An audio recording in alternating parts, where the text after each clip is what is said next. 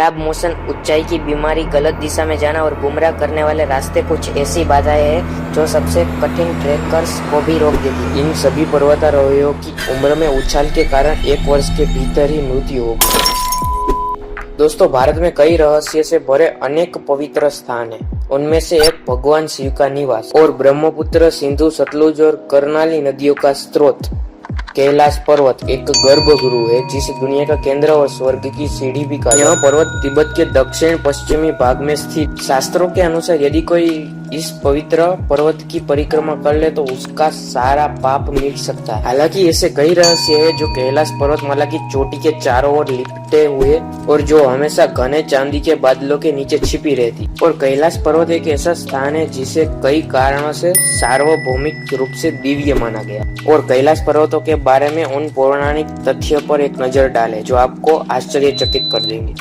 सबसे पहला, विभिन्न धर्मों में कैलाश पर्वत का महत्व अलग अलग। हिंदू कैलाश को शिव के निवास के रूप में पूजते हैं, जबकि तिब्बत के लोग इसे बौद्ध ब्रह्मांड विज्ञान का प्रतिनिधित्व मानते हैं। होम्स का मानना है कि उनके संस्थापक स्वर्ग से उतरकर कैलाश पहुंचे। इससे कोई भी फर्क नहीं पड़ता कि विभिन्न धर्म कैलाश पर्वत के साथ अपना आध्यात्मिक संबंध कैसे पाते। मूल सार यह है कि बहुमूल्य बर्फ पर्वत को सार्वभौमिक रूप से दिव्य के रूप में किया जाता है।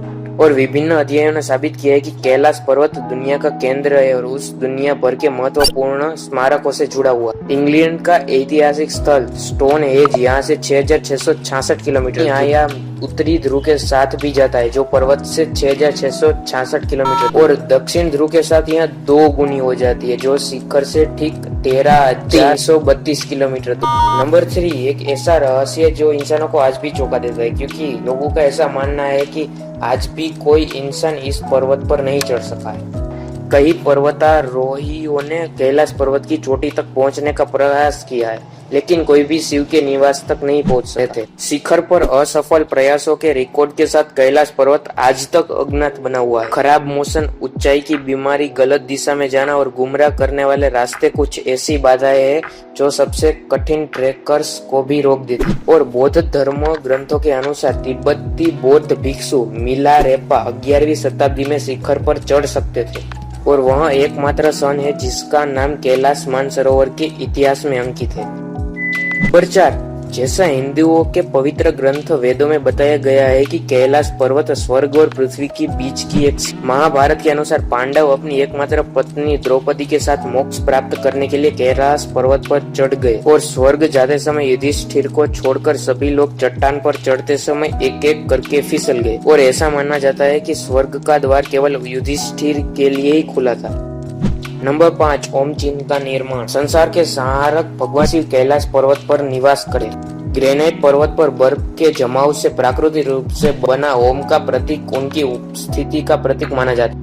नंबर 6, पर्वतारोहियों ने बताया कि यहाँ पर समय ज्यादा तेज चलने लगता और पर्वतारोहकों को अपनी उम्र बढ़ने का अनुभव होता और इन सभी पर्वतारोहियों की उम्र में उछाल के कारण 1 वर्ष के भीतर ही मृत्यु होता है।